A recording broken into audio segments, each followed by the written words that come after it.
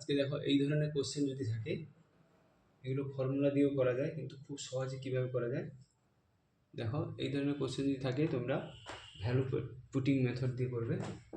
Value putting method কেমন, x plus one by x সমান two. এখানে আমি এক্স সমান যদি ওয়ান পুট করি তাহলে one plus one by one সমান টু হচ্ছে, তাহলে এই সমীকরণকে স্যাটিসফাইড করছে। তাহলে আমি ডাইরেক্ট এখানে এক্স সমান ওয়ান বসাবো, one to the power five plus five সমান টু অ্যান্সার।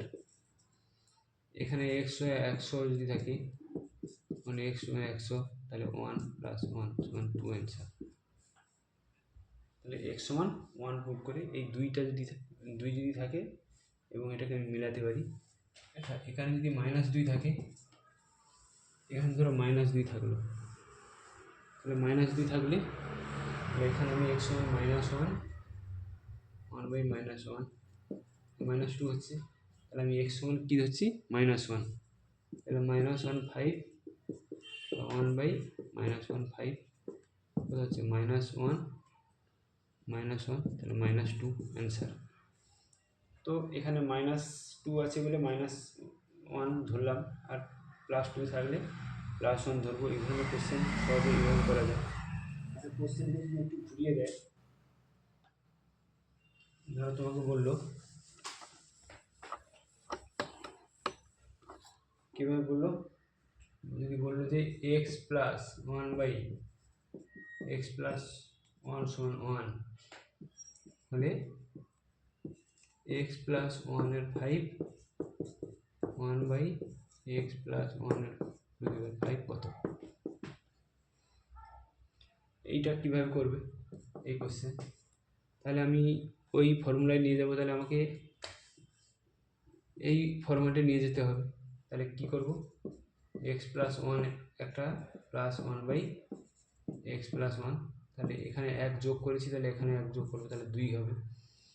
দেখো x plus one by x plus one সমান টু, এটাকে আমি যদি বড়ো এক্স ধরে নিই, x by one by x হচ্ছে টু, তাহলে এইটা কী হবে, x to the power five plus one by x to the power five সমান কত বলছে। এই এক্স প্লাস ওয়ানটাকে আমি এক্স ধরে নিলাম, তখন এখানে ওই এক্সের ভ্যালুটাকে ওয়ান পুট করলাম, এক্স সমান ওয়ান ধরলাম, ঠিক আছে। ওয়ান ধরলে ওয়ান প্লাস ওয়ান এই সমীকরণটা স্যাটিসফাই করছে, তাহলে আমি এখানে বসাবো one to the power five, one by one to the power five, এখানে টু অ্যান্সার। তাহলে কোশ্চেন যেভাবে দেবে তোমাকে ওই আকারে নিয়ে যেতে হবে। এই কোশ্চেনটা অনেক পরীক্ষায় এসছে, ঠিক আছে। এই ধরনের কোশ্চেন খুব সহজে 5-7 সেকেন্ডের মধ্যে করা যায় এইভাবে করলে। ভ্যালু পুটিং অনেক ধরনের কোশ্চেন হয়, ভ্যালু পুটিং মেথডে অনেক কোশ্চেন করা যায়।